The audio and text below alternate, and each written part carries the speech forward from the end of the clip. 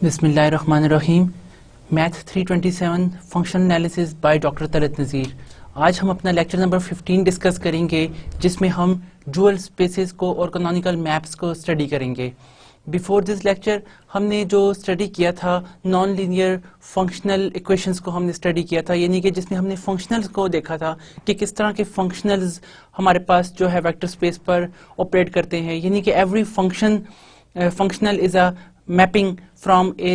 vector space to the set of real numbers or the set of complex numbers। हमने उसके ऊपर norm भी define किया और उसकी कुछ प्रॉपर्टीज एग्जांपल्स को स्टडी किया था, प्लस साथ ही हमने जो है डुअल स्पेसेस को भी स्टडी किया था। लेकिन आज हम इसको थोड़ा सा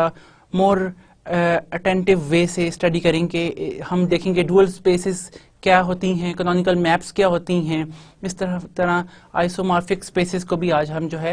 जो है वो उसको भी गो थ्रू करेंगे। So for this first of all what is the course outlines today. आज हम ऑब्जेक्टिवली अलजेब्राइक डुअल स्पेसेस को फर्स्ट ऑफ ऑल स्टडी करेंगे कि इसकी क्या डेफिनेशन है अलजेब्राइक डुअल स्पेसेस की, और इसके बाद सेकंड अलजेब्राइक डुअल स्पेस कि अगर आपके पास एक अलजेब्राइक डुअल स्पेस गिवन हो तो आप दूसरी अलजेब्राइक डुअल स्पेस कैसे अटेन करते हैं, और उसका जो है उस वेक्टर स्पेस के साथ क्या रिलेशनशिप है, यानी कि जो कैनोनिकल मैप क्या आपके पास डबल या सेकंड अलजेब्राइक डुअल स्पेस का कोई वेक्टर स्पेस के साथ रिलेशनशिप भी होता है, कोई ऐसी आपके पास मैपिंग्स एग्जिस्ट करती हैं। देन फिर हम आइसोमॉर्फिक वेक्टर स्पेसेस को स्टडी करेंगे, यानी कि वो these are all are the step wise कि हम देखते जा रहे हैं कि कैनोनिकल मैप्स अगर आपको मिल जाती हैं तो फिर आइसोमेट्री किस तरह से होती है, जिस तरह कि हम ऑलरेडी पहले भी डिस्कस कर चुके हैं, and how they we can connect them कि हम इनको किस तरह से कनेक्ट करते हैं कैनोनिकल मैप के हवाले से। और फिर हम कुछ प्रॉब्लम्स हैं इससे रिलेटेड जिनको हम डिस्कस करेंगे और इनके सॉल्यूशंस को देखेंगे। तो फर्स्ट ऑफ ऑल हम अलजेब्राइक डुअल स्पेस को स्टडी करते हैं। Normally it is a basic importance that the set of all linear functionals defined on A vector space can itself be made into a vector space. कि आपके पास देखें, जो हम इससे पहले स्टडी कर चुके हैं कि हमारे पास जो फंक्शनल्स होते हैं बाउंडेड लीनियर फंक्शनल्स या सिंपल फंक्शनल्स क्या होते हैं, हम कहते हैं कि इट्स अबाउट ये तमाम हमारे पास ना ऐसे मैप्स होते हैं जो किसी भी वेक्टर स्पेस को आर पर मैप करते हैं। एफ हमें मिल गया, कोई भी लीनियर फंक्शन। अब आप एक लीनियर फंक्शन है, आपके पास पूरी एक क्लास लीनियर फंक्शंस की एग्जिस्ट करती है, f1, f2, f3, जितने भी लीनियर फंक्शनल्स हैं हमारे पास, उन सब की क्लास को अगर आप देखें तो उन सब की क्लास एक वेक्टर स्पेस अटेन करती है, यानी कि ऐसी क्लास कि जिसमें आपके पास फंक्शंस मौजूद हैं। यानी कि मैं अगर कहूं कि एक ऐसा सेट जिसको एक स्टार से डिनोट करता हूं, तो इसमें मेरे पास ऐसे तमाम f मौजूद हैं जो मेरे पास क्या हैं, लीनियर फंक्शनल्स। ये तमाम लीनियर फंक्शनल्स मेरे पास जो है ना मौजूद होते हैं इस तरह के, तो इनकी क्लास को हम जो है वो जो है कहते हैं एक अलजेब्राइक डुअल स्पेस। तो हमारे पास अलजेब्राइक डुअल स्पेस में ये तमाम मेंबर्स जो है मौजूद होते हैं और ये मिलकर एक अगेन एक वेक्टर स्पेस बनाते हैं। अब देखें आपके पास ओवरऑल आर जो है वो क्या है, आर पर मैप होते हैं तमाम के तमाम, तो आपको जी रियल नंबर से एक स्पेस मिल गई। अब एक वेक्टर स्पेस किस तरह से होएगी जिसके अंदर बाउंडेड लीनियर फंक्शनल्स मौजूद हैं, हम इसको इजीली शो कर सकते हैं। वेक्टर स्पेस या वेक्टर सब स्पेस की जो प्रॉपर्टी है ये स्पेस जो है वो सेटिस्फाई करती है। लेकिन ये एक्स स्टार जो है the space is denoted by x star, हम एक्स स्टार से डिनोट करते हैं तमाम लीनियर फंक्शनल्स की कलेक्शन को, and is called A algebraic dual space, और इसको हम अलजेब्राइक डुअल स्पेस ही कहते हैं। अब डुअल स्पेस नॉर्मली तौर पर हम ना कोई ऑपरेटर की तमाम जो लीनियर ऑपरेटर हैं उनकी कलेक्शन को कहेंगे, लेकिन जो अलजेब्राइक डुअल है वो हम नॉर्मली जो है किसको कहते हैं, फंक्शनल्स की तमाम क्लास को, तमाम कलेक्शंस ऑफ लीनियर फंक्शनल्स को की क्लास जो होती है उसको हम एक्स स्टार से डिनोट करते हैं और हम इसको अलजेब्राइक डुअल स्पेस कहते हैं। लिटरली हम देखेंगे कि ऑपरेटर्स की जो कलेक्शन है, लीनियर ऑपरेटर्स की कलेक्शन, उसको हम अलजेब्राइक डुअल कहते हैं, और वो किस तरह से परफॉर्म होते हैं उसको हम जो है ना अनदर नोटेशन देंगे, यानी कि एक्स प्राइम भी कह सकते हैं, वहां पर हम इसको अलग से स्टडी करेंगे। अब it is algebraic operation of vector space and are defined in a natural way as follows कि आपके पास वो जो दो ऑपरेटर्स हैं, देखिए वेक्टर स्पेस के अंदर आपके पास हमेशा से दो ऑपरेटर्स होते हैं, एडिशन ऑपरेटर और स्केलर मल्टीप्लिकेशन ऑपरेटर। एडिशन के दो वेक्टर्स को ऐड करना आपके पास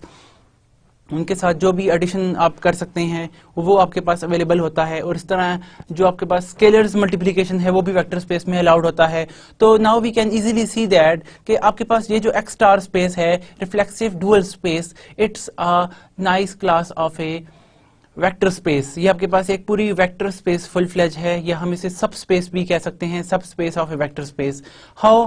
कि आपके पास दो कंडीशन जो हम वेक्टर स्पेस की सब स्पेस के लिए शो करते हैं वो हम देखते हैं यहाँ पे बड़े आराम से हमारे पास लीनियर फंक्शनल्स की क्लास के लिए जो है वो हम शो कर सकते हैं। फॉर इंस्टेंस के if the sum of two functionals हम देखें f1 और f2 का, तो ये आपके पास इज अ फंक्शनल, ये आपके पास एक नया आपको फंक्शनल मिल जाएगा।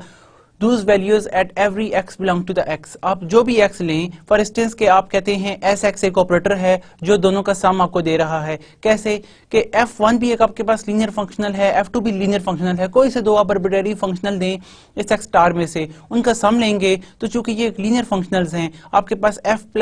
f1 plus f2 times x आ जाएगा, इसको हम s का नाम दे देते हैं। और आपके पास यानी कि ये दो फंक्शन का सम की एक लीनियर फंक्शनल का सम भी जो है वो भी आपके पास एक अगेन लीनियर फंक्शनल होता है, और ये आपके पास किसको बिलोंग करता है, इसी स्पेस को,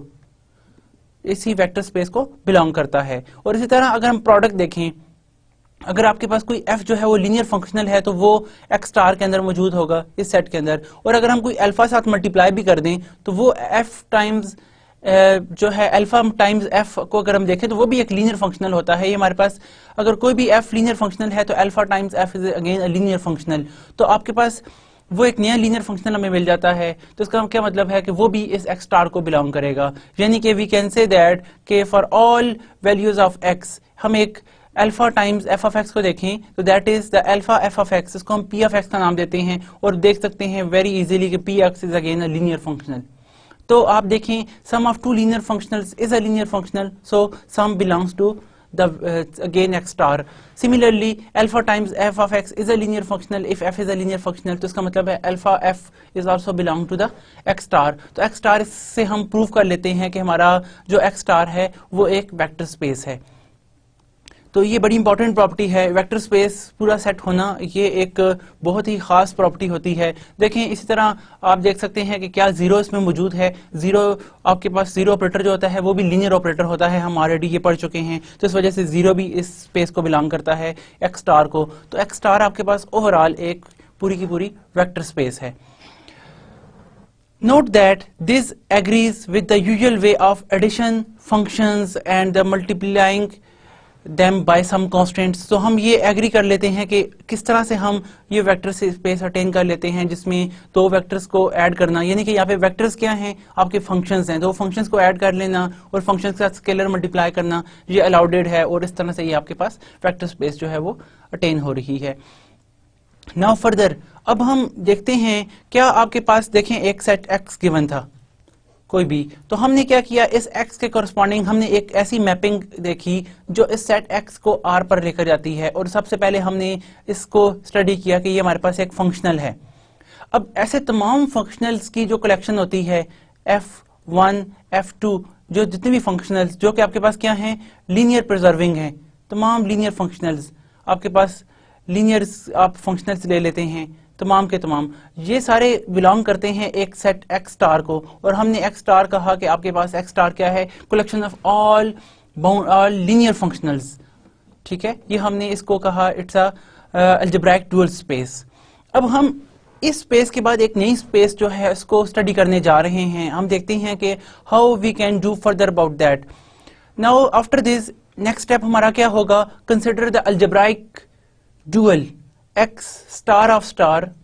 ऑफ x स्टार के x स्टार के ऊपर आप एक और स्टार लगाने तो ये आपके पास एक डबल डुअल वाली बात हो जाती है। It's called the x double star whose elements are linear functionals defined on x star. अब देखें सपोज करें कि आपके पास ना वो जो सेट है वो x स्टार है। अब x स्टार के अंदर आपके पास क्या मौजूद हैं, तमाम बाउंडेड लीनियर फंक्शनल्स मौजूद हैं। अब बाउंडेड लीनियर फंक्शनल से आप एक नई स्पेस बना लेते हैं कि जिसमें तमाम ऐसे मैप्स हों जो जिनकी जो आप डोमेन के एलिमेंट सपोर्ट करते हैं वो क्या है, वो आपके पास f है, यानी कि तमाम बाउंडेड लीनियर फंक्शनल्स हैं। तो आपके पास ये जो स्पेस होती है इसको हम x डबल स्टार से डिनोट करते हैं, यानी कि I just explain you again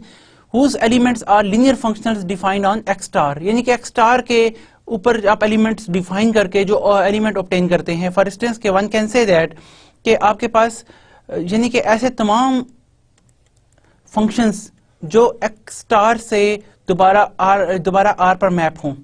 set of real numbers पर, तो हम क्या कहते हैं, यानी कि x स्टार के अंदर आपके पास क्या मौजूद है, f मौजूद है, फंक्शंस मौजूद हैं, फंक्शनल्स। उन फंक्शनल्स के ऊपर आपकी जो कलेक्शन है अगर आप उसको दोबारा से मैप करें किसी रियल नंबर r के ऊपर, तो ये जो g होते हैं ये आपके पास x डबल स्टार को बिलोंग करते हैं। तो गोया आपके पास ना it's the space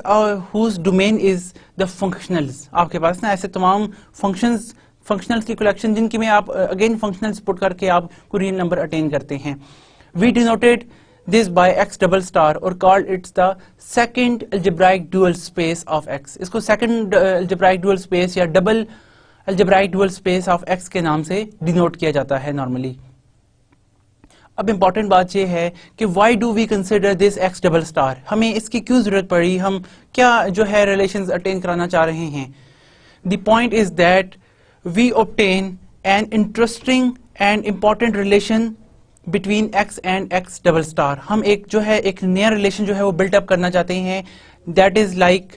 we choose the following notations। अब आपके पास एक्चुअली एक सेट x है जो कि वेक्टर स्पेस है, स्पेस x है या हम इसे वेक्टर स्पेस कहते हैं। अब आपने x स्टार एक स्पेस वेक्टर स्पेस अटेन कर ली। हम अभी ऑलरेडी प्रूव कर चुके हैं कि आपका x जो है वो वेक्टर स्पेस है, तो x जो आपके पास है x स्टार भी वेक्टर स्पेस है, क्योंकि आप देखते हैं कि दो जितनी भी फंक्शनल्स है ये फंक्शनल्स की कलेक्शंस है। फंक्शनल्स का सम भी एक फंक्शनल होता है, लीनियर फंक्शनल्स का सम भी। और इस तरह आप कोई अल्फा स्केलर मल्टीप्लाई करें लीनियर फंक्शनल के साथ, then it's again a linear functional. तो आपके पास ये प्रूव हो गया कि ये आपके पास ना एक वेक्टर स्पेस है। अब आप इसी तरह इसी वेक्टर स्पेस की बुनियाद पर एक और नई वेक्टर स्पेस जो है वो ड्राइव करना चाहते हैं, एक्स डबल स्टार, जो कि आपके पास देखें एलिमेंट्स क्या हैं। एक्स जो है वेक्टर स्पेस है जिसके एलिमेंट्स एक्स हैं और एफ उन पर मैप होती है, तो आपके पास इस एक्स को आर पर लेकर जाती है। इसकी वैल्यू आपके पास क्या है, सेट ऑफ रियल नंबर। ये आपके पास कोई रियल नंबर इसका इमेज आपको मिलता है। इसकी रेंज सेट में रेंज सेट जो है वो आपके पास आर का सबसेट है। अब आप नया एक्स डबल स्टार लेते हैं तो वो उसकी जो एलिमेंट्स हैं वो जी यानी कि जी टाइप एलिमेंट है। इसके तमाम इसके अंदर बाउंडेड लीनियर फंक्शनल मौजूद हैं, वो वाले जो किस पर ऑपरेट होते हैं, again bounded linear functional F पर, यानी कि एफ पर आप एम्प्लॉय करते हैं। इस पर एफ पर देखते हैं कि इसकी वैल्यू क्या आती है। एफ आपके पास ऑलरेडी किसी पॉइंट एक्स पर मैप होता है, एक्स पर लगता है और आपको रियल नंबर मिलता है। अब आप उसी बाउंडेड लीनियर फंक्शनल के ऊपर जो है ना वो जी लगाते हैं। तो इट्स मीन दैट कि आपने ना स्पेस के ऊपर एक स्पेस के ऊपर जो है ना एक्स के ऊपर एफ अप्लाई करते हैं, एफ के ऊपर आपके पास जी। तो इट्स समथिंग लाइक कंपोजिशन, कि जिस तरह आप ना कंपोजिशन मैप देखते हैं, तो लेकिन आपके पास जी जो है वो कंपोजिशन है जो एफ के ऊपर अप्लाई हो रही है, और एफ क्या है वो एक्स के ऊपर लग रहा है फॉर सम फिक्स्ड एक्स। हम देखेंगे कि आपका एक्स इस केस में हमेशा एक फिक्स नंबर होगा जो कि आपके पास हर मैप के लिए हम चूज करेंगे, क्योंकि जी जो है वो अपनी डोमेन के एलिमेंट्स के ऊपर प्लग इन होता है। तो जी के अंदर आपके पास कुछ एंट्रीज आती हैं, तो हम यहाँ पर एफ जो है F1 को भी प्लग जी के अंदर अप्लाई करेंगे, F2 को भी, F3 को भी, और हर एक एलिमेंट के लिए हमें देखें वो एफ कहाँ से आएंगे, वो एफ वो होंगे जो किसी एक्स पर लगेंगे और वो एक्स आपके पास फिक्स होगा, तो हम उसके ऊपर जी को ऑपरेट कराएंगे। कैसे, फॉर इंस्टेंस कि आपके पास यानी कि हम कहते हैं कि we can obtain a function g belongs to the x double star। आपके पास ना x double star को ये एलिमेंट बिलोंग करता है which is linear functional defined on x star by choosing a fixed x belong to the x। अब ये हमारे पास एलिमेंट हमेशा इसमें फिक्स रहता है, जिसको हम यहाँ पर लेते हैं कि आप एक एलिमेंट x को फिक्स कर लें एंड सेटिंग दैट g हमेशा f पर ऑपरेट होता है। किस तरह कि g x ऑफ f, ये x जो है ये नोटेशन है, ये हमें बताती है कि आपका ये x जो है फिक्स्ड है जो f पर अप्लाई होता था, और f पे जो अप्लाई होता है उसका आप यहाँ पे g ऑफ x ले रहे हैं, and which is equal to the f of x। अब आप f के अंदर x की वैल्यू को अप्लाई करके देखते हैं कि आपके पास क्या आउटपुट आता है, और हमेशा इसका आपको जो रिजल्ट मिलता है that you obtain a real number. आपको एक जो है ना वो एक रियल नंबर आउटपुट आता है, क्योंकि ये आपके पास एक भी फंक्शनल है। x क्या है, आपके पास फिक्स्ड एंट्री है, और f इसमें आपके पास एक वेरिएबल है जो x के डुअल को बिलोंग करता है, dual of x, dual space, यानी कि इट्स अलजेब्राइक डुअल। इसमें तमाम आपके पास लीनियर फंक्शनल्स हैं। तो गोया हम कह सकते हैं कि इस जी की जो डोमेन के एलिमेंट्स हैं वो तमाम हमारे पास लीनियर फंक्शनल्स हैं जिसके ऊपर जी ऑपरेट होता है। आपके पास वेरिएबल्स क्या हैं, f वेरिएबल है। देखें इसका मतलब क्या हुआ कि g के अंदर आप कोई f1 पुट करते हैं, f2 पुट करते हैं, f3 पुट करते हैं, किसके लिए, एक फिक्स x के लिए जिसके ऊपर वो अप्लाई होते हैं। तो फिर हम इनका आउटपुट जो है फर्दर कंसिडर करते हैं। तो आपके पास ये जो सबस्क्रिप्ट में x है इज लिटिल रिमाइंडर, ये आपको हमेशा रिमाइंडर शो करता है। ये x ये क्या रिमाइंडर शो करता है, दैट यू गॉट g, आप g जो है उसको की वैल्यू ऑब्टेन कर रहे हैं by using of certain fixed point x belongs to the x, कि आप उस जो है ना वेक्टर स्पेस x का कोई फिक्स्ड एलिमेंट है जिसके लिए आपके पास जो है values you are picking, where f is a variable, और f आपका जो है वेरिएबल है। यानी कि अगर आप ये कहें ना कि g आपका जो है वो क्या हो रहा है, x किसी f1 पर भी लगता है, g x ऑफ f2 पर भी लगता है, इन तमाम पॉइंट्स पर, क्योंकि ये आपके पास तमाम f1 f2 जो हैं वो कहाँ से आ रहे हैं, f1 f2 these all are from the algebraic dual space, और आप इनसे इनके आउटपुट जो हैं वो अटेन कर रहे हैं किसी फिक्स नंबर x के लिए। x आपको बताता है कि x हर केस के लिए फिक्स्ड है आपका, your x is fixed belong to the vector space x। तो ये आपके पास इस तरह से हम ये डिफाइन करते हैं। और ये g जो है ये आपके पास बड़ी इंपॉर्टेंट मैप है। अभी हम देखने जा रहे हैं क्या ये मैप आपके पास लीनियर भी है कि नहीं, क्योंकि आपके पास ना ओवरऑल क्या है, x एक वेक्टर स्पेस है, f लीनियर, आपके पास ना लीनियर फंक्शनल्स हैं, तो क्या g भी लीनियर फंक्शनल्स है आपके पास, the answer is yes. How कि दी फंक्शनल हम कहते हैं जी एक्स डिफाइंड एज, जिस तरह अभी हमने देखा कि जी ऑफ एफ जो है वो आपके पास क्या है, G X of F which is equal to the F of X. इस फॉर्म में हम डिफाइन करते हैं। एक्स आपका एलिमेंट एक्स जो है वो बिलोंग करता है इस सेट एक्स को, और एफ जो है वो बिलोंग करता है एक्स स्टार को। दीज आर द, इसका ये वेरिएबल है और ये फिक्स नंबर है, it's always fix number.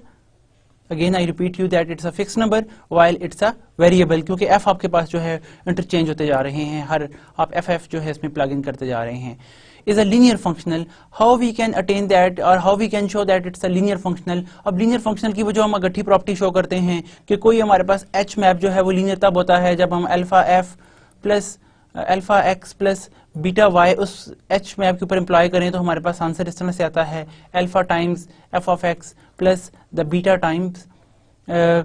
H of y. और किसके लिए, फॉर ऑल एक्स वाई, जो आपके पास स्पेस आप जो भी ले रहे हैं उस स्पेस के लिए, और आपके पास जो हैं ये दोनों फील्ड में से आप लेते हैं, फील्ड में भी रियल नंबर और कम्प्लेक्स नंबर। तो आपके पास ये जनरल प्रॉपर्टी है जो है, हम देखते हैं कि कोई स्पेस जो है हम कैसे इसको जो है लीनियर शो करते हैं। तो क्या हम देखते हैं कि कैन वी सीन दैट कि this g of x is a linear operator, linear functional हम यहाँ पे कहेंगे ऑपरेटर, चूंकि ज़्यादा जनरल है, क्योंकि ऑपरेटर का इमेज जो है वो ज़रूरी नहीं है रियल नंबर आए, लेकिन जो हर फंक्शनल होता है उसका जो आउटपुट होता है वो एक रियल नंबर होता है। So G X of alpha F of one plus beta F of two, क्योंकि आपके पास ये जी एक्स जो है वो हमेशा एफ वन और एफ टू के ऊपर अप्लाई होता है, यानी कि फंक्शनल इसकी डोमेन है। तो अगर आप देखें ये भी हमारे पास एक फंक्शनल है, ये भी फंक्शनल है, और जी एक्स एक्स आपको बताता है कि ये आपके पास फिक्स नंबर है जो किस पर किस पर ऑपरेट होता है, f1 जो है वो x पर ऑपरेट होता है इस फिक्स नंबर पर, f2 भी इसी फिक्स नंबर x पर ऑपरेट होता है। आप उन्हीं कलेक्शंस के एलिमेंट को लेते हैं, and what is the image, ये आपके पास इससे क्या ऑब्टेन होता है बाय द डेफिनेशन। अगर आप देखें so the image is alpha f1 plus beta f2 times x, ये आपके पास इस तरह से ऑपरेट हो रहा है, where f1 and f2 are linear maps. साफ जाहिर है क्योंकि आपके पास लीनियर मैप्स x स्टार के एलिमेंट्स हैं, और आपके पास f जो है चूंकि लीनियर है तो वो किस फॉर्म में आपके पास आ जाएगा, alpha time f1 of x plus beta किस फॉर्म में आ जाए, जो f2 है वो किस फॉर्म में आ जाएगा, plus the beta times f2 of x, that is just nothing but linearity property. और आप देखें अल्फा आपके पास बाहर कॉमन है, और बाय डेफिनेशन आप इसको दोबारा से रिस्टोर कर सकते हैं। f ऑफ x जो है वो आपके पास again G X of f होता है, तो हम कह सकते हैं it's alpha times G X of f1 plus again the beta times G X of f2।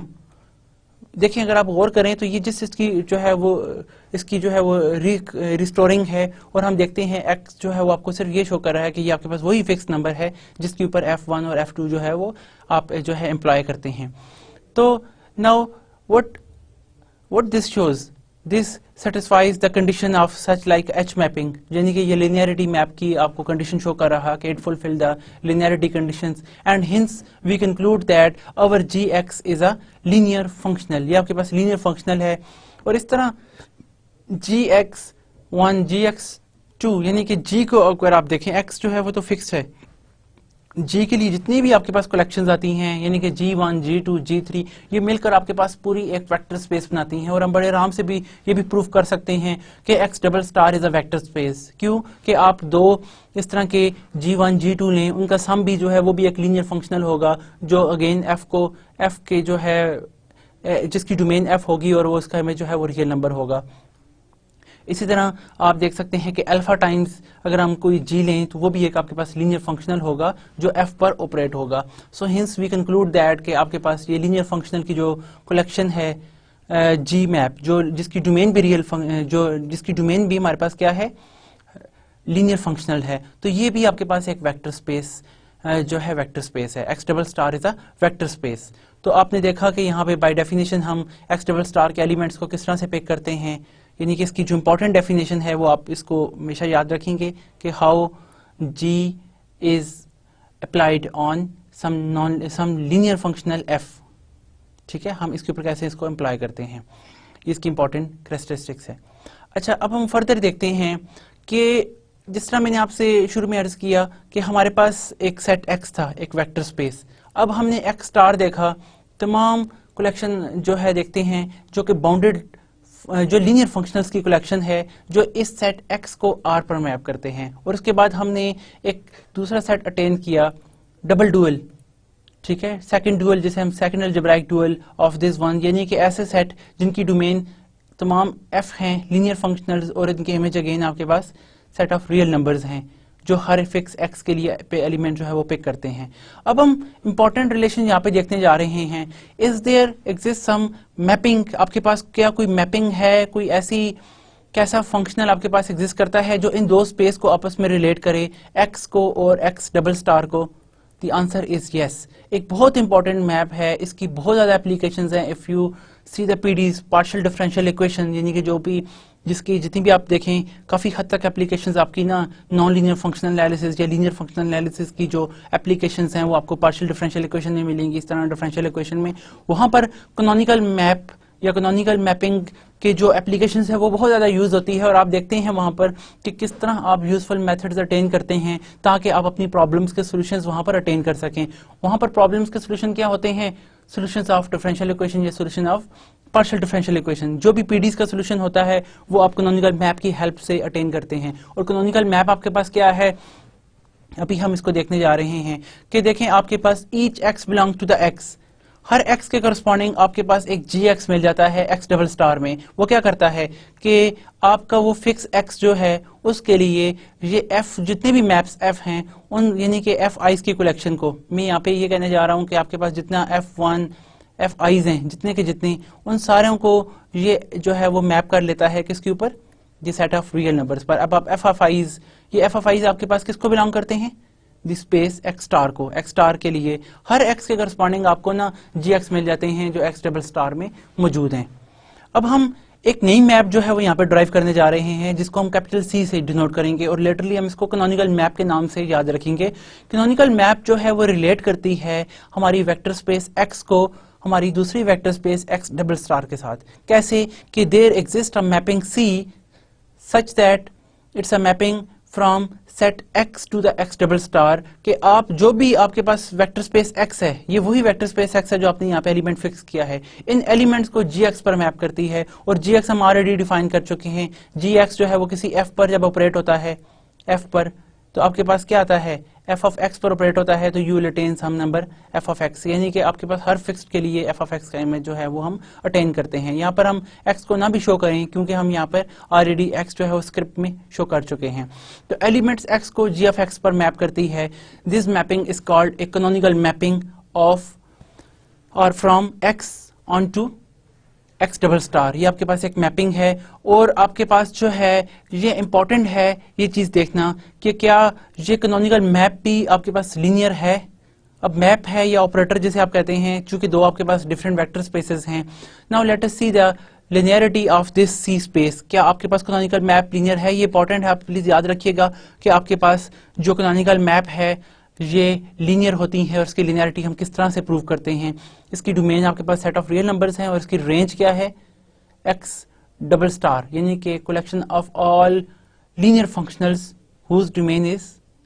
The linear functional, जो लीनियर फंक्शनल पर ऑपरेट होती है, यानी कि जी मैप जो एफ जिसके अंदर फर्दर फंक्शनल जो है उसके ऊपर ये जी मैप अप्लाई होती है। अब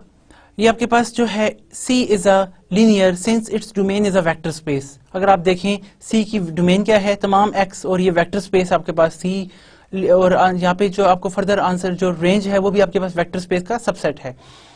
अब now we have C alpha, अब वही कंडीशन आप चेक कर रहे हैं क्या जिस तरह हमने पीछे H के लिए डिफाइन किया, क्या H of alpha x plus beta y equal होता है alpha H of x plus beta H of y के, जिस तरह लिनियरिटी के हम जनरल पॉइंट ऑफ व्यू से प्रूव करते हैं। So let us see that C times alpha x plus beta y times F, कि F पर जब आप इसको ऑपरेट कराते हैं तो आपके पास वैल्यू क्या आती है? It's a G times alpha x plus beta y of F, आपके पास यहाँ पे F आ जाएगा,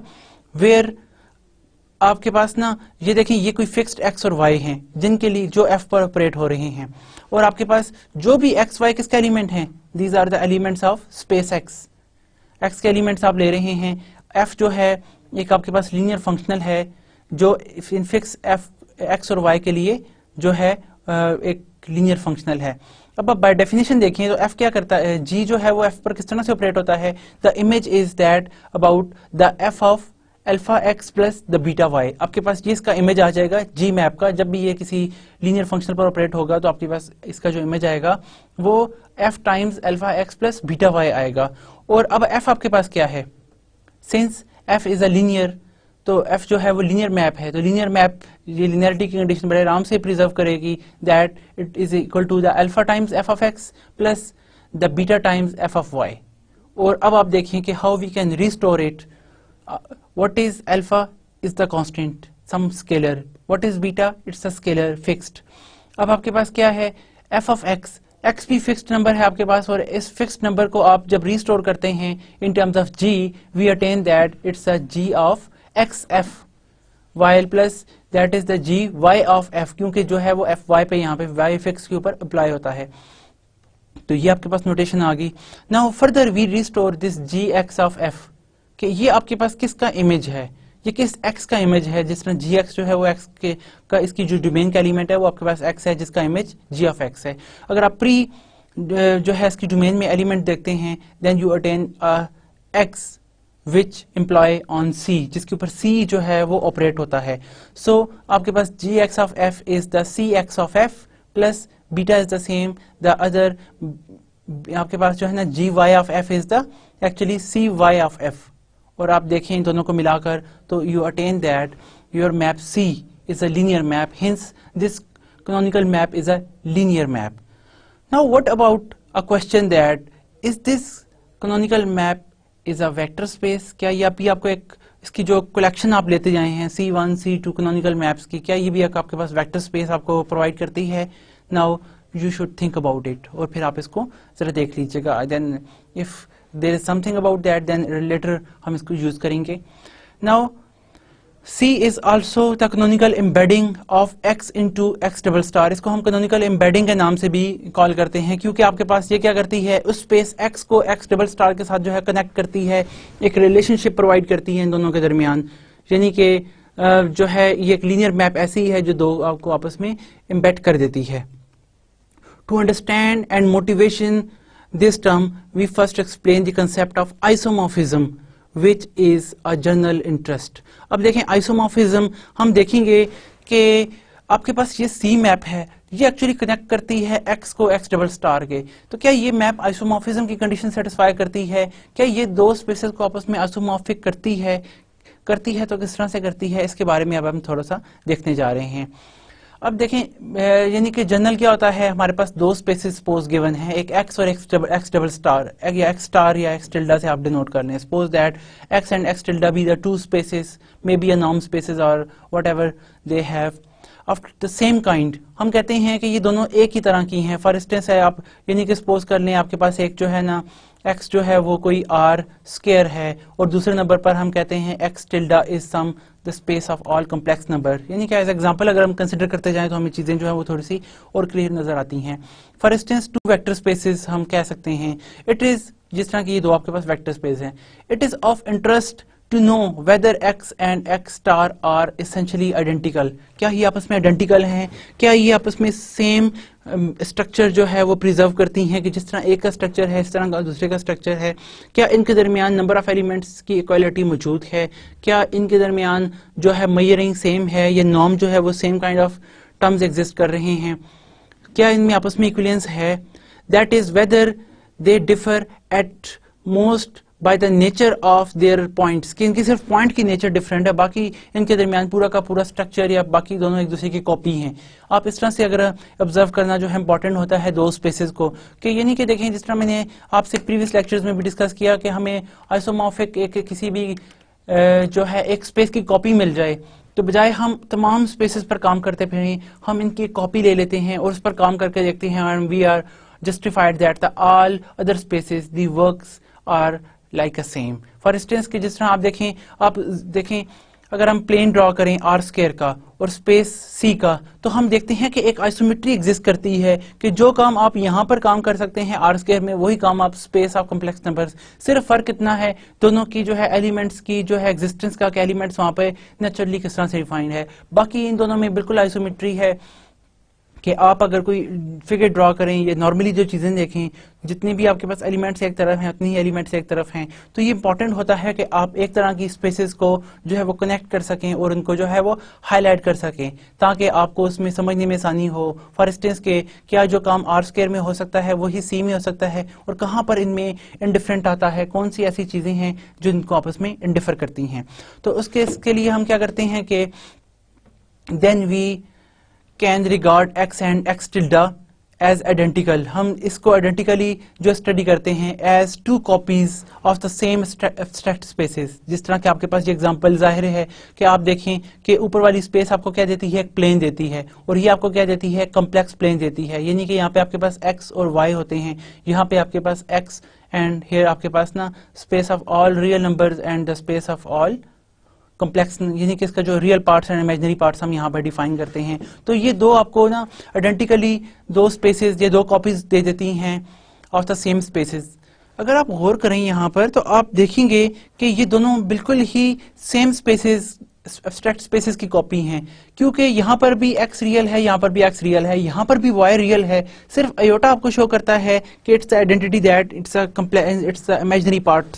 पार्ट्स जो हैं वो आपके पास इस तरफ आ रहे हैं। तो आपके पास एक सेम एब्स्ट्रैक्ट स्पेसेस की दो डिफरेंट कॉपीज हैं जहाँ पे एलिमेंट वाइज जो है जो एंट्रीज हैं वो डिफरेंट हो रही हैं, बाकी इनका स्ट्रक्चर जो है वो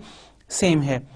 तो हम क्या करते हैं कि ये जब ऑब्टेन कर लें तो फिर इसके बाद whenever the structure is the primary objective of study, whether the nature of the point does not matter। अब यहाँ पर देखें आपके पास, अब हम कहते हैं कि आपका कोई एलिमेंट x, y जो कि एक आर स्क्वायर का एलिमेंट है, और आपके पास x प्लस दी आयोटा y ये कोई एलिमेंट है space of complex number. Identically ये दोनों आपस में डिफरेंट है, नेचर वाइज ये नहीं मिल रहे, लेकिन एक इंपॉर्टेंट बात ये है कि इट इज वेरी इंपॉर्टेंट कि हम ओवरऑल जो है इसका स्ट्रक्चर देखें, क्या इनके अंदर नंबर ऑफ एलिमेंट्स की सिमिलरिटी मौजूद है, क्या इन दोनों स्पेसेस को के दरमियान कोई ऐसा रिलेशन एग्जिस्ट करता है कि दोनों आइसोमॉर्फिक हैं आपस में। देखें जिस तरह हम एक चीज इंपॉर्टेंट शो करते थे कार्डिनलिटी ऑफ ए सेट, तो हम कहते थे कि आपके पास दो सेट्स कब जो है ना आपस में इक्विवेलेंट हैं कि अगर उनके दरमियान same number of element exist करें, और एक आपके पास इतनी नंबर ऑफ एलिमेंट एग्जिस्ट करें कि उनके जितने के सेट ऑफ नेचुरल नंबर्स में हैं आपके पास एक ऐसी आपको बाइजेक्टिव मैप एग्जिस्ट कर जाए जो कि एक से इस सेट को सेट ऑफ नेचुरल नंबर पर मैप करे, तो वो आपको बिल्कुल बता देती है कि नेचुरल नंबर का सेट भी एक है, इन दोनों की आइडेंटिफिकेशन एक तरह से है। लेकिन ये आइडिया वहां पर हम सेट ऑफ नेचुरल नंबर से देखते थे। अब यहाँ पर क्या है, आपके पास कोई डिफरेंट काइंड ऑफ स्पेसेस हैं, finite dimensional space, infinite dimensional spaces. यहाँ पर दो स्पेसेस को किस तरह से परखा जाता है, उसके लिए इंपॉर्टेंट ये होता है कि आप दोनों के दरमियान कोई आइसोमेट्री को डिस्कस करें, उनके दरमियान कोई कैनोनिकल मैप को देखें, तो इस तरह की प्रॉपर्टीज को हम देखते हैं। तो उसके लिए क्या होता है, it suggest the concept of N isomorphism. ये इंपॉर्टेंट है कि आपके पास कोई ऐसी मैप एफ एग्जिस्ट करती है जो कंटिन्यूस भी है, जिसका इनवर्स भी जो है वो भी कंटिन्यूस है और वो बाइजेक्टिव मैप भी है, यानी कि 1 1 और ऑन टू भी है। ये प्रॉपर्टी सारी जो है वो प्रिजर्व करती है। By definition this is a bijective mapping on x to x tilde which preserves the structure, यानी कि एक ऐसी मैप, देखें आपके पास ना हम दो इन क्या शो कर सकते हैं कि ये दोनों जो स्पेसेस हैं ये आपस में आइसोमॉर्फिक हैं। जो काम आप एक जगह कर सकते हैं वो दूसरा, क्योंकि आपके पास एक ऐसी मैप हमें बाइजेक्टिव मैप मिल जाती है x से x tilde के ऊपर, सच दैट कि जो कि क्या होती है, आइसोमॉर्फिज्म होती है, यानी कि जो कंटिन्यूस भी है उसका इनवर्स भी कंटिन्यूस है और वो मैप जो है आपके पास बाइजेक्टिव भी है। तो इस तरह का स्ट्रक्चर जो है वो प्रिजर्व करती है। इसको देखना बड़ा ज़रूरी होता है ताकि हम स्पेसेस को एक लाइन में लेके आ सकें कि ये वाली स्पेसेस एक तरह की हैं, ये स्पेसेस दूसरी तरह की है, ये तीसरी तरह की, हम उनकी क्लासेस को जो है आइडेंटिफाई कर सकें, ना कि हम हर एक स्पेस को अलग-अलग देखते जाएं तो फिर it's the much worth of time. कि सपोज कि आपका एक जो है एक पर्सन है वो R² पर पहले काम कर रहा है, फिर वो C पर सारी चीज़ें टेस्ट कर रहा है, उसको अगर एक स्पेस पर ही काम करके पता चल जाए कि इस तरह की पूरी क्लास में जितनी भी स्पेसेस हैं ये सारी आपस में रिलेट हैं, then it is easy for him to analyse such things. अब इस सिलसिले में हम देखते हैं accordingly an isomorphism mapping T। हम एक T मैपिंग आइसोमॉर्फिज्म डिस्कस करते हैं जो ऑलरेडी पहले भी देख चुके हैं मैट्रिक स्पेस के अंदर, कि X आपके पास एक जो है वेक्टर स्पेस है, D आप इसके ऊपर एक मैट्रिक डिफाइन कर लें, और आपके पास एक और X* एक X tilde एक वेक्टर स्पेस है और D आपके इसके ऊपर एक मैट्रिक डिफाइन है। तो हम एक मैपिंग लेते हैं T, यानी कि ओवरऑल आपके पास क्या है जी, यहाँ पे अगर मैं आपके पास पिक्चर शो करूँ तो आपके पास ये एक स्पेस X है जिसके अंदर आपके पास एक D मैट्रिक डिफाइन है कि आप डिस्टेंस किस तरह से कैलकुलेट करते हैं। On the other hand you have another space X tilde और इसके अंदर आपके पास कोई D tilde जो है वो मेजरिंग ऑपरेटर है, जिसे हम जो कि सेट ऑफ इसके एलिमेंट्स को ना set of non negative real number पर मैप करता है। तो हम एक मैप T में इंटरेस्टेड हैं, ऐसी मैप जो क्या करे कि इस स्पेस के एलिमेंट X के एलिमेंट को X tilde के ऊपर मैप करे, और ऐसी मैप हो जो आइसोमॉर्फिज्म हो। ये मैप 1 1 भी होनी चाहिए, ये मैप ऑन टू भी होनी चाहिए, और इसके अलावा ये मैप जो है ना कंटिन्यूस भी होनी चाहिए, इसका इन्वर्स भी कंटिन्यूस होना चाहिए, और सबसे बढ़कर कि ये डिस्टेंस प्रिजर्विंग हो। Distance preserving in the sense के आप जिस तरह से डिस्टेंस कैलकुलेट करते हैं X Y दो एलिमेंट यहाँ के उनके दरमियान T के लिए, वही डिस्टेंस आपके पास यहाँ पर इसके इक्विवेलेंट भी आए, यानी कि जो डिस्टेंस आपके पास T के यानी कि आप देखें D आपके पास यहाँ पे D ऑफ X Y का कोई आंसर लेते हैं तो आपके पास डिस्टेंस A आता है, कोई फिक्स नंबर। तो आप D tilde के तहत अब यहाँ पर एलिमेंट किसके मौजूद होंगे, उस X Y के ऊपर आप अप्लाई करें तो आपके पास यहाँ पे TX आ जाता है, यहाँ पे कोई TY आ जाता है, इसका डिस्टेंस भी सेम वही नंबर A आपके पास आए, और ये फॉर ऑल X Y के लिए हो। तो इसका मतलब है this mapping is the distance preserving map, और ये हम ऑलरेडी इसको डिस्कस कर चुके हैं। तो फिर आपके पास ये बाइजेक्टिव मैपिंग जो डिस्टेंस प्रिजर्विंग होती है, it is often called isomorphic with X, कि आपके पास ये X tilde को X से आइसोमॉर्फिक करती है, यानी कि ये दो स्पेसेस आपस में आइसोमॉर्फिक हैं। जो डिस्टेंस यहाँ पे है वो डिस्टेंस यहाँ पे भी हैं। एक मैप आपके पास X* जो है वो एक मैपिंग T एग्जिस्ट कर रही है जो ये सारी प्रॉपर्टी सेटिस्फाई कर रही है। तो यही तरीका है। देखें आपके पास अगर जिस तरह मैंने अभी आपसे कहा कि R² है, R² पर आपके पास कोई मैट्रिक D है,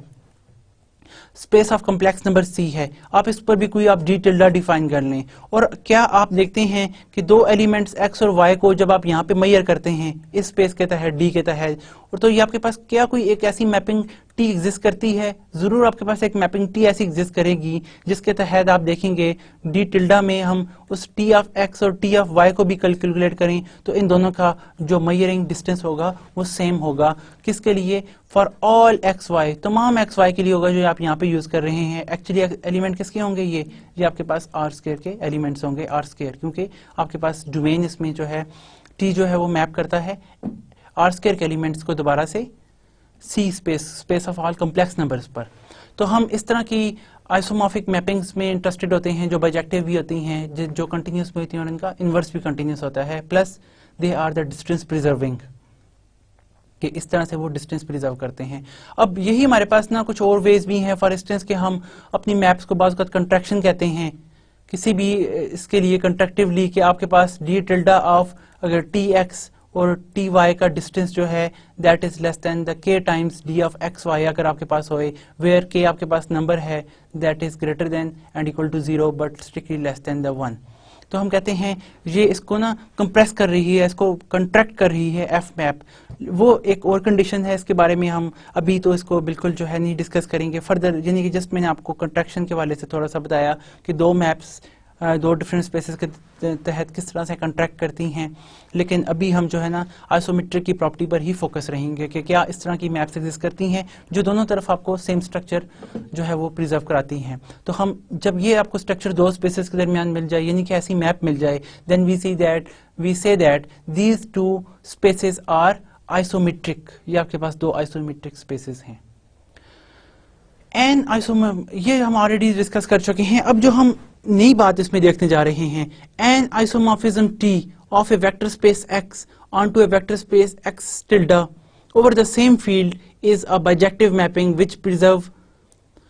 the two algebraic operations। कि दो इंपॉर्टेंट algebraic operations अगर आपके पास मैप जो है वो प्रिजर्व करती है ऑफ द वेक्टर स्पेस, दस फॉर ऑल एक्स वाई, कि आप देखते हैं कि ये लिनियरिटी प्रिजर्विंग भी है और स्केलर मल्टीप्लिकेशन आप बाहर भी लेके आ सकते हैं। ये आपके पास जो मैप है, यानी कि ऑन द शॉर्ट वे कि ये जो आइसोमेट्री मैप है ये लिनियरिटी प्रिजर्विंग हो,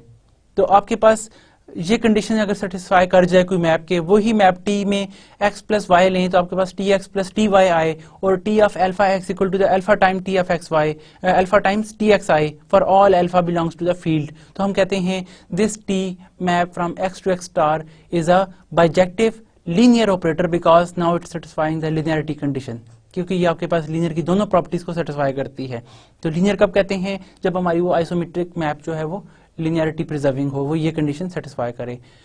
और फिर हम कहते हैं X star is called isometric with X and X tilde, इस केस में are called isometric vector spaces. अब देखें मैप आपके पास लीनियर भी है, तब ये जो दोनों वेक्टर स्पेसेस होंगी they are called isometric vector spaces, की आपके पास ये वेक्टर स्पेस की कंडीशंस को सेटिस्फाई करते हुए ये दो मैप्स जो हैं वो आइसोमेट्रिक हैं, क्योंकि इनके दरमियान एक लीनियर मैप ऐसी है जो आइसोमेट्री प्रिजर्विंग है, जो डिस्टेंस प्रिजर्विंग भी है, बाइजेक्टिव भी है, यानी कि 1 1 और ऑन टू बाइजेक्टिव मीन। अब हम इसमें इंपॉर्टेंट देखते हैं, it can be shown that canonical mapping C is injective, कि आपके पास ये मैपिंग 1 1 है, यानी कि very easily you can see that कि जब भी आपके पास सी जो है वो किसी सी आपके पास मैप क्या है, जो x के एलिमेंट को, यहाँ पर हम देख चुके हैं कि x को x डबल स्टार पर मैप के लेके जाती है। तो आपके पास वेन एवर c किसी भी x पर इम्प्लाई होगा आपके पास equal to c of y, so this one can easily show that the x equal to y। ये आप इसमें प्रॉपर्टी देख लीजिएगा, लिनियरिटी मैप की प्रॉपर्टी, और इस वजह से हम कह सकते हैं कि आपकी जो ये मैप है c canonical map, it's a 1 1 map और injective map. Since C is linear, जो कि हम ऑलरेडी प्रूव कर चुके हैं, it is an isomorphism of X onto the range of C, यानी कि ये रेंज ऑफ C के लिए आइसोमॉर्फिज्म है, यानी कि इसके लिए इसका इन्वर्स भी एग्जिस्ट करता है, इसके लिए ये 1 1 भी है, 1 1 और ऑन टू होता है तब ये इन्वर्स एग्जिस्ट करता है। किसके लिए?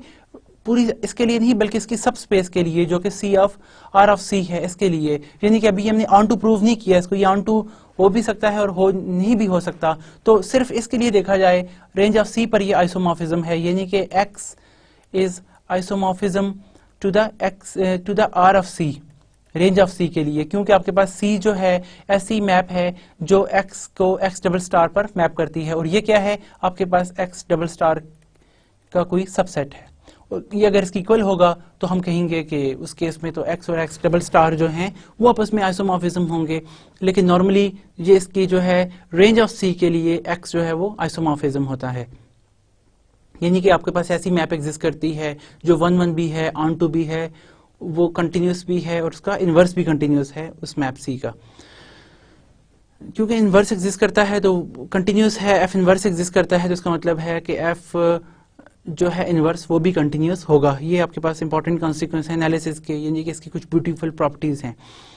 If x is isomorphic with a subspace of a vector space y, we can say that x is embeddable in y। Important बात, x आपका आइसोमॉर्फिक हो किसी स्पेस y के साथ, कोई भी वेक्टर स्पेस y के साथ या उसकी सब स्पेस के साथ, तो हम कहते हैं x और y आपस में एम्बेडेबल हैं। Hence x is embeddable with x double star. Y क्या है, किसी वेक्टर स्पेस आपके पास ना उसकी सब स्पेस है, हो सकता है कि एक्स टिल्डा के, ये दो आपके पास वेक्टर स्पेसेस हैं, तो हम कहते हैं ये इसके एम्बेडेबल है क्योंकि आपके पास एक ऐसी जो है आइसोमॉर्फिक मैपिंग एग्जिस्ट करती है एक्स और एक्स के दरमियान। तो इसी तरह देखें आपके पास एक्स और एक्स टिल्डा जहाँ पे जो कि आइसोमॉर्फिज्म हम एम्बेडेबल कहेंगे, क्योंकि आइसोमॉर्फिज्म तो इसके साथ है, इसकी सुपर स्पेस के साथ वो क्या होगा, एम्बेडेबल होगा। तो आपके पास यहाँ पे आर ऑफ सी हमेशा से क्या होता है, आइसोमॉर्फिक होता है एक्स स्पेस के साथ, और ये किसकी सब स्पेस होती है, एक्स डबल स्टार के, क्योंकि कैनोनिकल मैप का जो इमेजेस होते हैं वो सबसेट होते हैं एक्स डबल स्टार के। डबल डुअल जो सेकंड डुअल स्पेस होती है, अलजेब्राइक सेकंड डुअल स्पेस, तो हम कहते हैं कि एक्स जो है वो आपका क्या है, एम्बेडेबल है। ये आपके पास एम्बेडेबल होता है इन, या हम इसे कह सकते हैं एम्बेडेबल इन एक्स डबल स्टार, क्योंकि इसकी जो सब स्पेस है वो एक्स के आइसोमॉर्फिज्म है। और furthermore if C is surjective, अगर सी सरजेक्टिव भी है, ऊपर हम कह चुके हैं ये इंजेक्टिव है, अगर ये सरजेक्टिव हो, ऑन टू भी आपके पास होती है, तो इसका मतलब है ये बाइजेक्टिव बन जाएगी, क्योंकि इंजेक्टिव प्लस सरजेक्टिव इंप्लाइज बाइजेक्टिव। तो आपके पास क्या हो जाता है उस केस में, मैप का इन्वर्स, सी का इन्वर्स भी एग्जिस्ट करेगा, और आपके पास जो उसमें रेंज सेट ऑफ सी होगी वो पूरा का पूरा एक्स डबल स्टार के इक्वल होगी बजाय इसके सब स्पेस होने के। अब यहाँ पर जब ये हो जाता है तो फिर हम कहते हैं x is said to be algebraically reflexive. X और एक्स डबल स्टार जो होंगे वो आपके पास अलजेब्राइकली रिफ्लेक्सिव होंगे। X is said to be algebraically reflexive. So ये आपने इसमें इंपॉर्टेंट प्रॉपर्टीज देखी। अब हम कुछ मजीद बात करते हैं हाइपरप्लेन और इसी तरह हमारे पास हाफ स्पेसेस की, कि हम हाफ स्पेसेस किस तरह से किसी मैप को कहते हैं। लेट एक्स आपके पास एक बाउंडेड लीनियर फंक्शनल है, बाउंडेड प्लस लीनियर फंक्शनल, जो कि आपके पास क्या करता है, नॉर्म स्पेस एक्स पर डिफाइंड है, कि आपके पास बाउंडेड लीनियर फंक्शनल यानी कि एफ जो है वो एक्स पर ऑपरेट होता है और आपके पास आंसर कोई रियल नंबर आता है। तो इस रियल नंबर के लिए हम क्या करते हैं, then for any scalar C we have a hyperplane, हम एक हाइपरप्लेन सी डिफाइन कर लेते हैं। किस तरह से, कि x C is equal to the collection of all those x such that f of x equal to C. इन तमाम कलेक्शन जो है पूरा सेट आपको मिल जाए, इस सेट को हम कहते हैं हाइपरप्लेन। मिसाल के तौर पर आप देखें यहाँ पर कि आर में हम एग्जांपल देते हैं, आर में आपके पास हाइपरप्लेन क्या है, आप कोई एलिमेंट सी फिक्स कर लें, देखें आप कहते हैं सी इक्वल टू 1, तो ऐसे तमाम यहाँ पर अगर हम इस डेफिनेशन को देखें तो ये क्या होगा, एच सी आपके पास सबसेट होता है आर का हमेशा, ऐसा कि वो आपका फंक्शनल जो है आप एक डिफाइन कर लेते हैं, जो कि एच आपके पास एच ऑफ सी में वो तमाम ऐसे एलिमेंट्स आते हैं जो इसके इक्वल हैं, इस सी के जो एफ ऑफ एक्स को इक्वल टू सी लेके जाते हैं। यानी कि आप सपोज दैट के आपके पास मैप ही अगर कांस्टेंट हो, अगर मैं ये कहूं कि एफ ऑफ एक्स आपके पास ऐसा मैप है आर के ऊपर जो कि आपको आंसर कोई फिक्स नंबर 1 ही की इक्वल देता है, तो इस केस में क्या होगा, आप देखें एच ऑफ सी के अंदर कौन कौन से एलिमेंट आएंगे, एच ऑफ सी में वो तमाम एलिमेंट आते हैं आपके पास आर के आएंगे, जो कि आपके पास क्या करती है कि F of x is equal to 1 लेते हैं। तो आपके पास इसका आंसर क्या आ जाएगा, मैप आपके पास इस तरह से डिफाइंड है, तो पूरा का पूरा आर जो होगा वो आपके पास हाइपरप्लेन बन जाएगा। Got it. इसी तरह आपके पास कोई फिक्स नंबर सी के लिए जो भी आप इसमें हाइपरप्लेन डिफाइन करना चाहें, फॉर एग्जांपल जिस तरह के अगर आप देखें for any linear functional which is not equal to 0 on X we can define a hyperplane इस तरह से कि उसका आंसर 1 के इक्वल आए। तो 1 के लिए कौन कौन से ऐसे x के पॉइंट हैं जिनका आंसर 1 है, वो तमाम पॉइंट जो हैं वो मिलकर इस सेट x1 का हिस्सा बनेंगे, h1 का, और h1 आपके पास एक सेट बन जाएगा जिसको हम हाइपरप्लेन के नाम से डिनोट करेंगे। अब इसी तरह हम अपनी स्पेस को ना दो स्पेसेस में यानी कि अपर हाफ स्पेसेस और लोअर हाफ स्पेसेस में भी रिवर्ट कर सकते हैं। सिमिलरली यानी कि एच सी हम कहेंगे अपर हाफ और लोअर हाफ स्पेसेस के लिए we define 2 distinct spaces such that के पहली स्पेस में कहता हूं वो तमाम ऐसे एलिमेंट्स हैं जिसमें एफ ऑफ एक्स का less than and equal to C answer है, आपके पास कोई फिक्स नंबर सी है उसके लिए, तो वो स्पेस आपके पास ना लोअर हाफ स्पेस कहलाएगी। और ऐसे तमाम एलिमेंट जो सी से ऊपर ग्रेटर के लिए हैं उनको हम अपर हाफ स्पेसेस कहेंगे। फॉर एग्जांपल देखें आपके पास आर स्क्वायर में, ये हम आर स्क्वायर में अपना एक प्लेन है, आपके पास ना एफ ऑफ एक्स एक ऐसी मैप है फॉर एग्जांपल कि हम कहते हैं कि सी आपका पॉइंट जो है वो नंबर 10 ले लेते हैं 10, तो आपके पास एक मैप इस तरह से गुजर रही है जिसके आंसर्स ये आपके पास रिजल्ट हैं। तो आपके पास ये सी है, सी की value that is C suppose equal to 1, तो 1 से जितनी भी लेस वैल्यूज हैं किन किन पॉइंट्स पर हैं वो तमाम पॉइंट की कलेक्शन जो है ना वो आपके पास इस सेट C1 को बिलोंग करेगी, इससे छोटे के लिए। तो हम कहेंगे कि ये तमाम ऐसे पॉइंट जिनका इमेज C से छोटा है वो तमाम पॉइंट जो हैं वो x1 का हिस्सा बनेगा और वो पूरा सेट जो है वो लोअर हाफ प्लेन कहलाएगा। देखें इसने प्लेन को दो हिस्सों में स्प्लिट कर लिया हाफ, यानी कि आधा इधर आधा इधर। C से ग्रेटर जो होंगे वो अपर हाफ प्लेन में आ जाएंगे। फॉर इंस्टेंस के आपके पास ये जितने भी पॉइंट हैं जिन जिन x पर आ रहे हैं वो x सारे के सारे x ऑफ C2 को बिलोंग करेंगे और इसको हम अपर हाफ से डिनोट करेंगे। तो हम अपने किसी भी सेट को अपर हाफ प्लेन और लोअर हाफ प्लेन में रिवर्ट कर लेते हैं और जो एग्जैक्टली हाइपर प्लेन क्या होगा, उन तमाम पॉइंट का हिस्सा यानी कि वो जिसके इक्वल आ रहे हैं उनको हम हाइपर प्लेन से डिनोट करते हैं। ये भी इंपॉर्टेंट कंसेप्ट है, इसको आप याद रखिएगा प्लीज के हाइपर प्लेन क्या होता है, अपर हाफ स्पेसेस और आपके पास लोअर हाफ स्पेस जो है वो क्या होती है। नाउ फर्दर अब हम कुछ प्रॉब्लम्स को स्टडी करते हैं regarding our today lesson. First of all show that कि आपके पास ना जो दो function space of all continuous function defined on close interval A B पर डिफाइंड हैं, they are linear and bounded. अब लिनियरिटी के लिए आप देख सकते हैं क्या ये आपके पास मैप्स लीनियर हैं F1 और अब देखें इंटीग्रल जो है वो हमेशा से लीनियर होता है, x पर इम्प्लाई हो रहा है, x नॉट आपके पास फिक्स्ड कोई फंक्शन है, यहाँ पर x जो है वो यहाँ पे x ऑफ t इसके लिए वेरिएबल है। तो आप जब भी F1 में कोई alpha x plus beta y impose करते हैं where alpha and beta are scalars और x y कोई भी दो वेरिएबल हैं, तो आपके पास इमेज क्या आएगा a टाइम्स b, यहाँ पे x के लिए आपके पास आ जाएगा alpha X T plus the beta of Y T इस फॉर्म में विद जो आपके पास कांस्टेंट है साथ वाई नॉट ऑफ टी, ये साथ सेम रहेगा डी टी। और हमें पता है कि आपके पास जो इंटीग्रेशन में ये फर्स्ट ऑफ ऑल इससे भी मल्टीप्लाई होगा, फर्स्ट से भी सेकंड से भी, इंटीग्रेशन की लिनियरिटी की वजह से आप इसे ओपन भी कर सकते हैं। और इंटीग्रल जो है integral of A plus integral of B क्या होता है, integral of first plus integral of second, और फिर आप वहां से अल्फा को कॉमन लेके बाहर आए and hence one can write this thing as कि अल्फा आपके पास बाहर आ जाएगा और बाकी integral from the A to B, ये दो आपके पास वही पॉइंट, और साथ आपके पास यहाँ पे X T times Y naught of T D T plus the beta times integral from A to the B Y of T with fixed Y naught of T. और बाय डेफिनेशन ये क्या है, अगर आप इसमें गौर करें, this will gives you alpha times this is your F1 implying on the x plus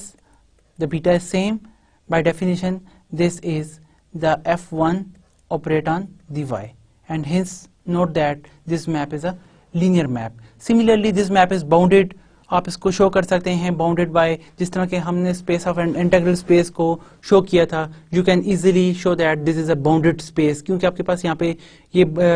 हम बड़े आप यहाँ पे शो कर सकते हैं। For instance just I write for you that F1 of x का अगर आप मॉड लेंगे that is less than equal to the c times norm of x। वो कौन सा ऐसा c एग्जिस्ट करता है जिसके लिए ये है, थिंक अबाउट इट। बट मैं अगर आपको यहाँ पे बताऊं तो ये c आपके पास हमेशा b माइनस ए की फॉर्म में होगा इन योर फर्स्ट प्रॉब्लम, यानी कि c ऐसा एग्जिस्ट करता है जो b माइनस ए। हाउ, आप जो हमने लेक्चर पीछे पढ़ा था आप इसको गौर करें और आप इसको ऑब्टेन करें, you can easily reach at this point. Secondly ये फंक्शन भी आपके पास लीनियर है, आप इसको बड़े आराम से अटेन करा सकते हैं f में x प्लस वाई को पुट करके, और ये बाउंडेड भी आपके पास है। The next one is find the norm of this linear functional defined on the close interval -1 to 1 collection of all continuous function आपके पास यहाँ पे लिए जा रहे हैं x और दिस। तो अगर हम इसकी नॉर्म को कैलकुलेट करें, what about the norm of x, अगर हम इसकी नॉर्म लेते हैं तो वो हमारे पास क्या आ जाएगा, बेसिकली देखें यहाँ पर इसकी नॉर्म का मतलब है कि आप इसका जो जब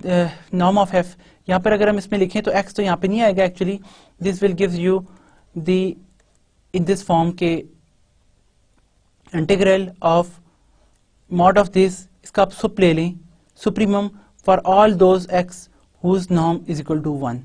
आप सिंपल ये कैलकुलेट कर लें। और अब देखें सुप्रीमम आप लेते हैं तो आपके पास supremum of first plus supremum of second यहाँ पे आएगा, और वो क्या होगा एक्चुअली कि आपके पास यहाँ पे लेंथ कैलकुलेट होगी according to this all those जिनका आपके पास लेंथ 1 की इक्वल है।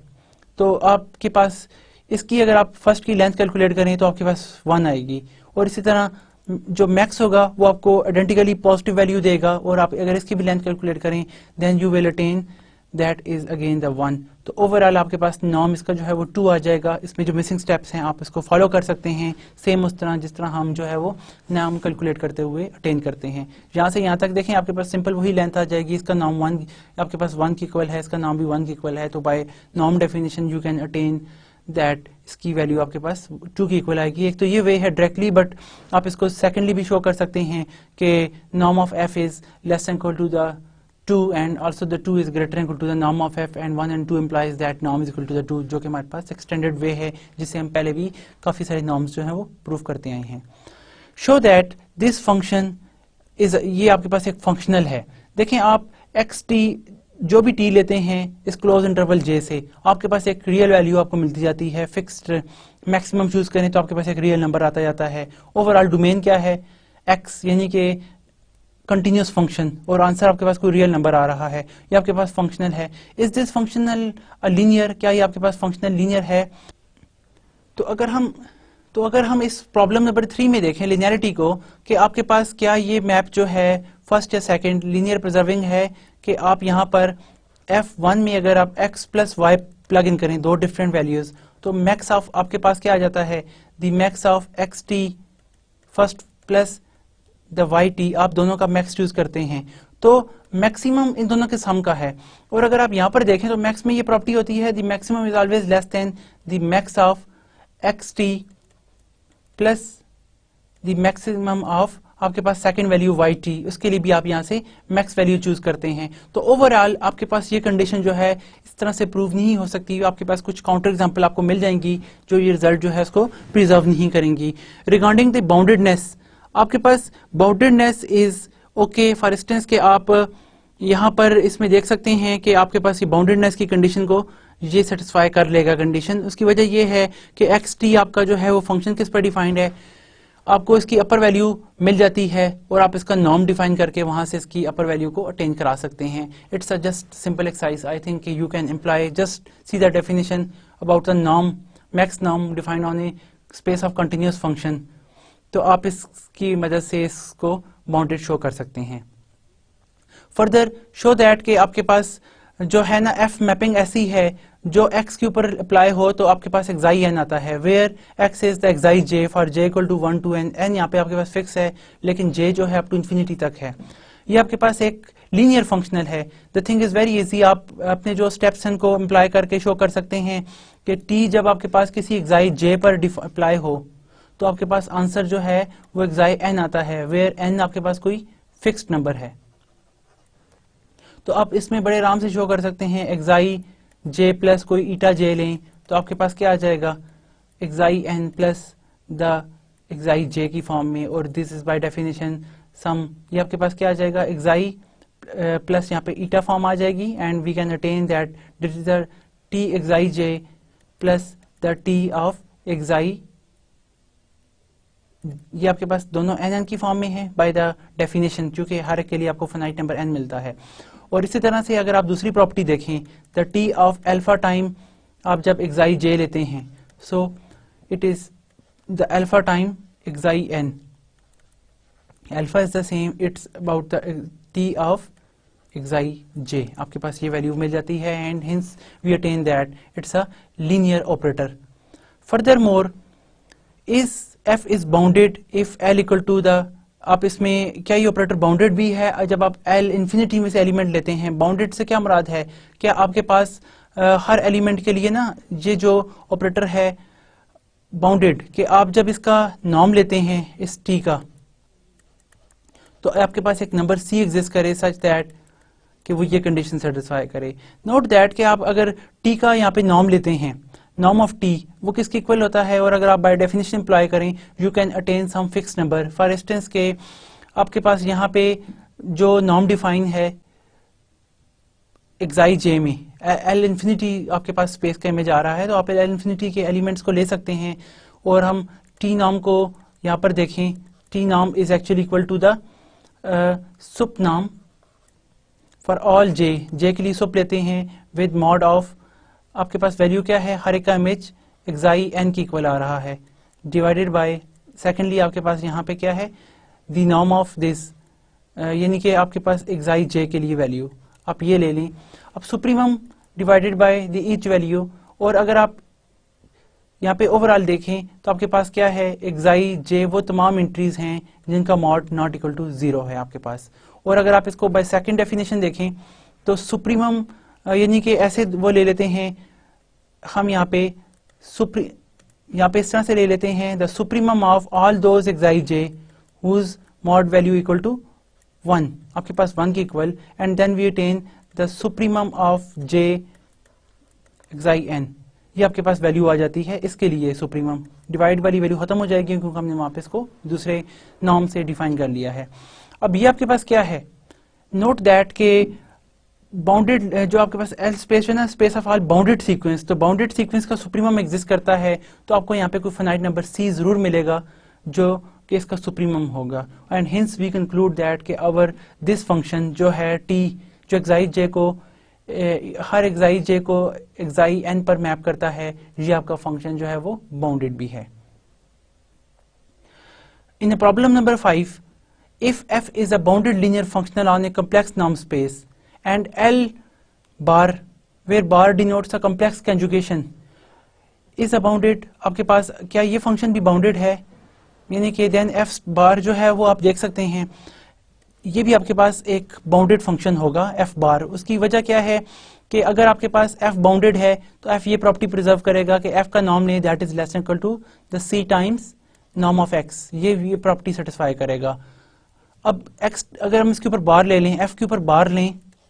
तो f बार का अगर हम नॉर्म लें that is again equal to आपके पास किसकी इक्वल आता है, अगर आप यहाँ पर लिख सकते हैं इसको इंड्यूस करके भी एलिमेंट को, तो they have the same which is the norm of this one and which is less than equal to the c times norm of x, and hence we conclude that कि आपका जो this implies f bar is also bounded. Furthermore, is this bar linear, क्या ये map linear भी आपके पास है, f bar की अगर हम linearity चेक करें किसी भी अल्फा x पर अप्लाई करें तो वो हमारे पास क्या आ जाएगा कि हर एलिमेंट को वो लेकर जाता है f bar के टाइप x के लिए इस पर लेके आएगा, f जो है वो इस तरह से इम्प्लाई होगा क्योंकि आपका वो एलिमेंट जो है इससे बाहर आ जाएगा, and note that which is not equal to the alpha times f of x, तो hence we conclude that our this map is not a linear map, ये हम इसमें आराम से इस तरह कंक्लूड कर सकते हैं। फर्दर द नल स्पेस हम ऑलरेडी शो कर चुके हैं, ये क्लोज होती है। अब नल स्पेस आपके पास जो है m स्टार पे डिफाइंड है, where m star is a subset of x star is defined by the set of all those element x whose image is equal to the 0, जिस तरह कि आपके पास तमाम x जो हैं वो null space of m star को belong करते हैं सच दैट के आपके पास उन f ऑफ x का इमेज 0 आए, तो ये आपके पास इसकी के लिए आता है। Show that this null space is a vector space, ये आपके पास वेक्टर स्पेस है। और वेक्टर स्पेस कब हम शो कर सकते हैं एलिमेंट को, अब वेक्टर स्पेस इसकी ओवरऑल जो सुपर स्पेस है स्टार वो तो आपके पास एक वेक्टर स्पेस है। अब नल स्पेस को हम वेक्टर स्पेस शो करने के लिए ये शो करते हैं कि अगर हम कोई दो एलिमेंट ले लें x y दो ले लें इस null space of m x star को में से, तो हम ये शो करने में अगर कामयाब हो जाएं कि इनका लीनियर कॉम्बिनेशन भी इसी को बिलोंग करता है, alpha plus the beta y को अगर हम लें वो भी n ऑफ m स्टार को ही बिलोंग करता है, तो हम कहते हैं हमारी ये जो स्पेस है वो क्या है, इट्स अ वेक्टर स्पेस और सब स्पेस। तो अब देखें लेट कर लेते हैं हमारे पास दो एलिमेंट हैं x और y जो इस null space of m star को बिलोंग करते हैं। अगर ये इसको बिलोंग करते हैं तो बाय डेफिनेशन क्या होगा, f ऑफ x भी इक्वल टू 0 और f ऑफ y भी इक्वल टू 0, जिसमें t आपके पास मैप है। अब आप देखें यहाँ पे व्हाट अबाउट कि आप ओवरऑल इस पॉइंट का इमेज देखते हैं कि f of alpha x plus beta y, इसको अगर हम ओवरऑल देखें तो f आपके पास जो कि लीनियर मैप है जिसका इमेज 0 है एफ जिस पॉइंट पर आपको 0 देती है नल स्पेस के लिए, नल स्पेस में आपके पास हमेशा लीनियर मैप ही होती है, तो हम यहाँ पे इसको लिख सकते हैं that is the alpha times